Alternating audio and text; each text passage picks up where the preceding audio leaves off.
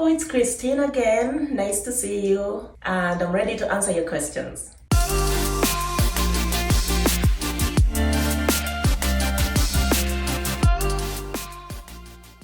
What is naturalization? Naturalization is when an individual applies to become a US citizen.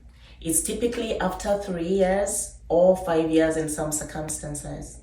Are there any exceptions to the 3-year or 5-year? Yes. One exception to the 3-year or 5-year rule is if you're a military member or a former member of the military who left the military in good standing. That's great. So if I'm applying for naturalization as a military member or based off of prior military service, what documents will I need to provide? If you're applying based on your military service, you need to provide proof of membership in the military, and usually you have to provide an affidavit signed by your commanding officer. I think it's Form N-426. If you've been discharged, you need to provide your discharge documents showing you left the military in good standing. So what are some issues that may come up if I'm applying for naturalization? Let's say if I have a criminal record. There are many things you should look out for before applying for naturalization. One of the things you should look out for is any infractions, criminal infractions in your past. If you have a felony, obviously do not bother unless it's really, really old, over 10 years old.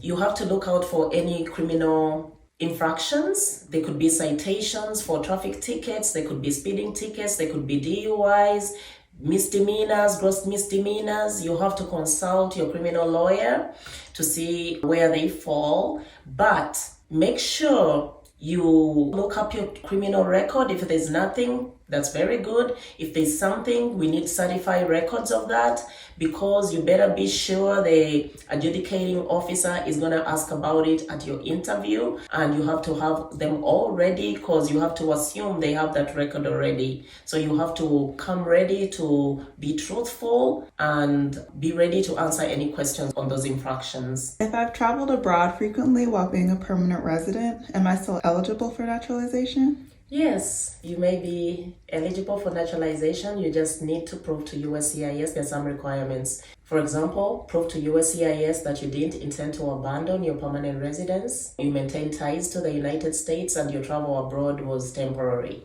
Are there any exceptions to the 3 and 5-year rules?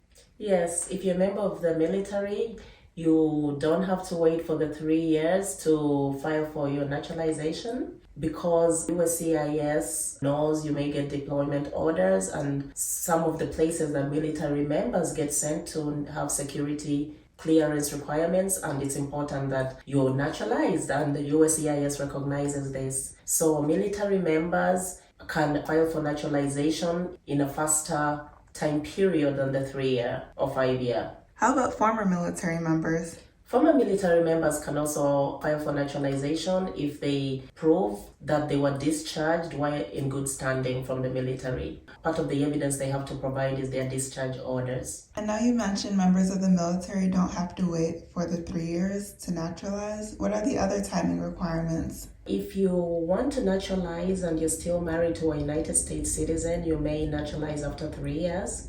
But if you're divorced and your permanent residence was obtained based on marriage to a United States citizen, you have to wait 5 years before filing for naturalization. Are there any documents I need to provide? If you're divorced, you have to provide your certified copy of your divorce decree. Are there any exceptions to the English language test? Yes, there are some exceptions. If you're 50 years and older and you've been in the United States for more than 20 years, you may be exempted from the English language requirement. If you're 55 and older and you've been in the United States for more than 15 years, you may also be exempt from the English language requirement. And if you're 65 and older and you've been in the United States for 20 years, you'll be exempt from that too.